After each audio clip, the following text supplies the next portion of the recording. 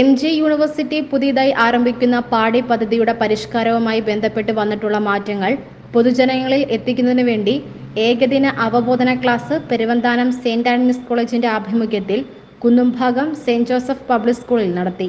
School principal reverend sister little rose SABSന്റെ അധ്യക്ഷതയിൽ ചേർന്ന യോഗത്തിൽ MG യൂണിവേഴ്സിറ്റി സിൻഡിക്കേറ്റ് അംഗം അഡ്വക്കേറ്റ് റെജി സക്കറിയ ഉദ്ഘാടനവും college principal doctor Antony Joseph Kallampally ആമുഖ പ്രഭാഷണവും നടത്തി.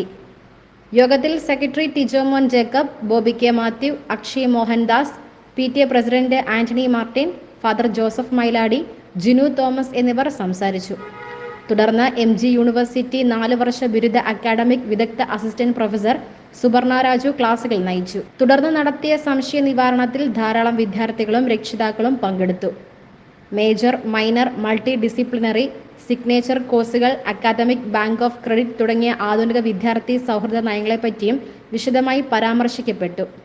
എയ്ഡഡ് കോളേജുകളെ അപേക്ഷിച്ച് പെരുവന്താനം സെന്റ് ആന്റണീസ് കോളേജിൽ പുതിയ വിദ്യാഭ്യാസ നയം അനുസരിച്ച് ആരംഭിക്കുന്ന 25 തൊഴിൽ അധിഷ്ഠിത മൈനർ പ്രോഗ്രാമുകളെപ്പറ്റിയും വിശദീകരിക്കുന്ന സ്റ്റാളുകൾ ഈ പ്രോഗ്രാമിൽ ക്രമീകരിച്ചിരുന്നു.